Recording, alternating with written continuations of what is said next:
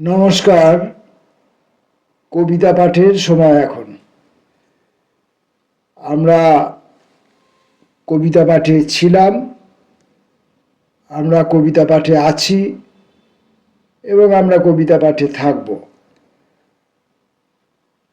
আমরা আমাদের নিজেদের মতো করে পড়ি, ভুল ত্রুটি নিয়ে পড়ি, হোঁচট খেতে খেতে পড়ি, পড়ে কখনো রক্তাক্ত হই অথবা কখনো পড়ে গিয়ে কোনো মূল্যবান জিনিস পেয়েও যাই। সেইভাবেই আমরা কবিতা পড়ি। মানুষের মৃত্যু হলে, জীবনানন্দ দাশ। মানুষের মৃত্যু হলে তবুও মানব থেকে যায়। অতীতের থেকে উঠে আজকের মানুষের কাছে প্রথমত চেতনার পরিমাপ নিতে আসে। আজকের আগে যেই জীবনের ভিড় জমেছিল তারা মরে গেছে। প্রতিটি মানুষ তার নিজের স্বতন্ত্র সত্তা নিয়ে অন্ধকারে হারায়েছে। তবু তারা আজকের আলোর ভিতরে সঞ্চারিত হয়ে ওঠে আজকের মানুষের সুরে। যখন প্রেমের কথা বলে অথবা জ্ঞানের কথা, অনন্ত যাত্রার কথা মনে হয়, সে সময় দীপঙ্কর শ্রীজ্ঞানের চলেছে চলেছে। একদিন বুদ্ধকে সে চেয়েছিল বলে ভেবেছিল। একদিন ধূসর পাতায় যেই জ্ঞান থাকে তাকে, একদিন নগরীর ঘুরানো সিঁড়ির পথ বেয়ে বিজ্ঞানে প্রবীণ হয়ে। তবু কেন অম্বাপালিকে চেয়েছিল প্রণয়ে নিবিড় হয়ে উঠে? চেয়েছিল, পেয়েছিল শ্রীমতীকে কম্প্রপ্রাসাদে। সেই সিঁড়ি ঘুরে প্রায় নীলিমার গায়ে গিয়ে লাগে। সিঁড়ি উদ্ভাসিত করে রোদ, সিঁড়ি ধরে ওপরে ওঠার পথে আর এক রকম বাতাস ও আলোকের আসা যাওয়া স্থির করে। কি অসাধারণ প্রেমের প্রয়াণ! তবু এই শেষ অনিমেষ পথে দেখেছে সে কোনো এক মহীয়সী আর তার শিশু, দুজনেই মৃত। অথবা কেউ কি নেই? ওইখানে কেউ নেই। মৃত্যু আজ নারী নর্দমার কাঁথে, অন্তহীন শিশু ফুটপাথে, আর সেই শিশুদের জনিতার কিউক্লিবতায়।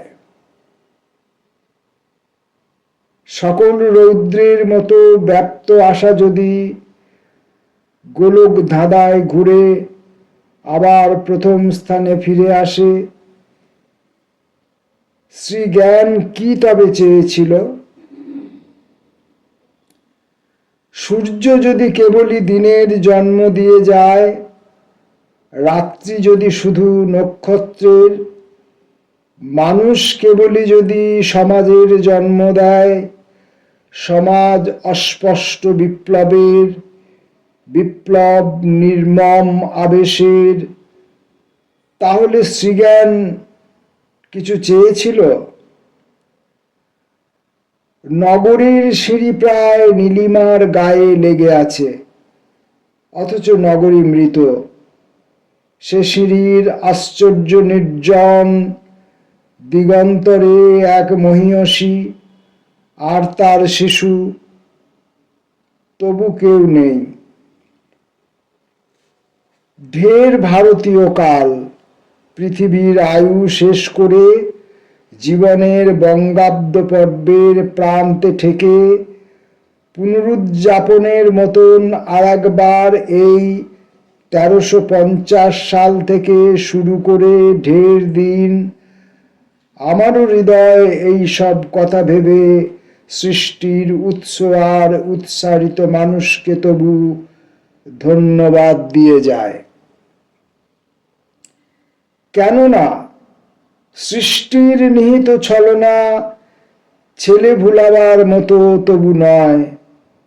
মানুষও ঘুমের আগে কথা ভেবে সব সমাধান করে নিতে চায়, কথা ভেবে হৃদয় শুকায়, জেনে কাজ করে।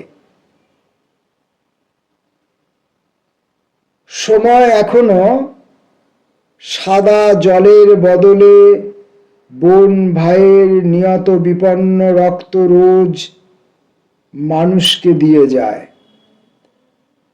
ফসলের পরিবর্তে মানুষের শরীরে মানুষ গোলাবাড়ি উঁচু করে রেখে নিয়তির অন্ধকারে অমানব, তবুও গ্লানির মতো মানুষের মনের ভিতরে এই সব জেগে থাকে বলে শতকের আয়ু আধো আয়ু আজ ফুরিয়ে গেলেও এই শতাব্দীকে তারা কঠিন নিষ্প্রিয়ভাবে আলোচনা করে আশায় উজ্জ্বল রাখে।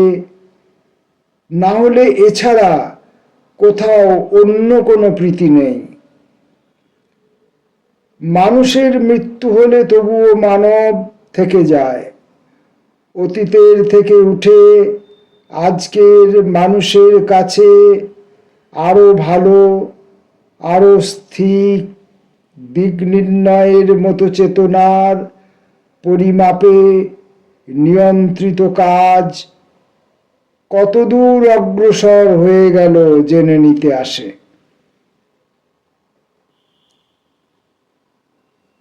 মানুষের মৃত্যু হলে তবুও মানব থেকে যায়। অতীতের থেকে উঠে আজকের মানুষের কাছে আরো ভালো, আরো স্থির দিক নির্ণয়ের মতো চেতনার পরিমাপে নিয়ন্ত্রিত কাজ কতদূর অগ্রসর হয়ে গেল জেনে নিতে আসে। কত দূর অগ্রসর হয়ে গেল জেনে নিতে আসে। মানুষের মৃত্যু হলে, অর্থাৎ অ্যাকচুয়ালি মানুষের মৃত্যু হয় না। মানুষ অমৃতের পুত্র।